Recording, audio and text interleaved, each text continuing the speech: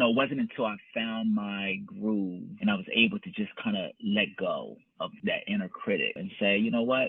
Somebody, Anita specifically, is going to edit this stuff.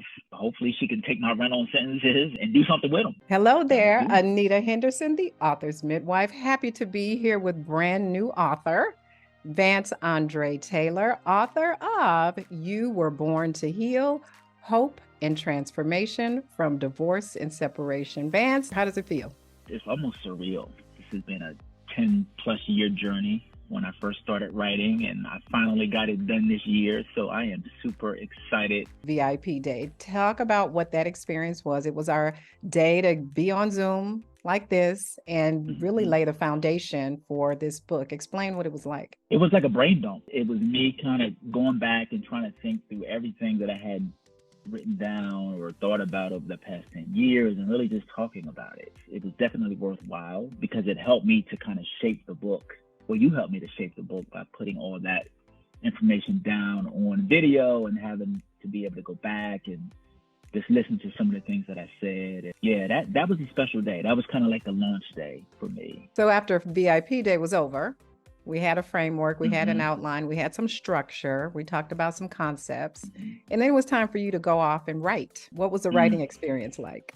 I started out not knowing what to say, or rather what, if I said something, what did it sound like? So I kept going back and trying to re-edit and type different things out. And, it wasn't until I found my groove and I was able to just kind of let go of that inner voice, that inner critic, and say, you know what?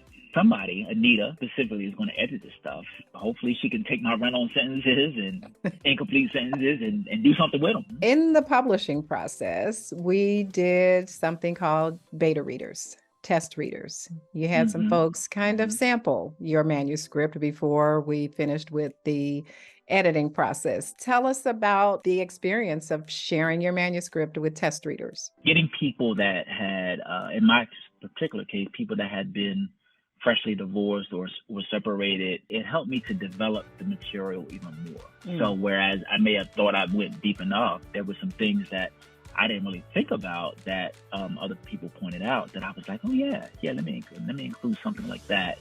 But all the feedback I got it was really great, and I definitely would not have advised nobody to skip that part of the process because you can't think of everything. And again, you want to make sure you're tapping into your audience that is reflective of the book. So then the book was finished.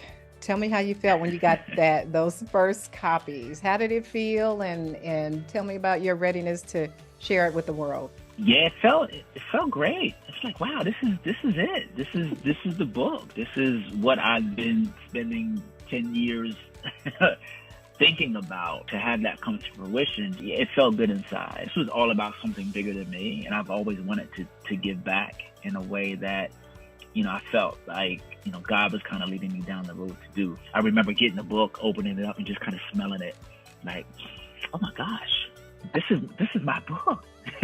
Not that I had a particular smell or anything, but I love that. Just a sensory possession.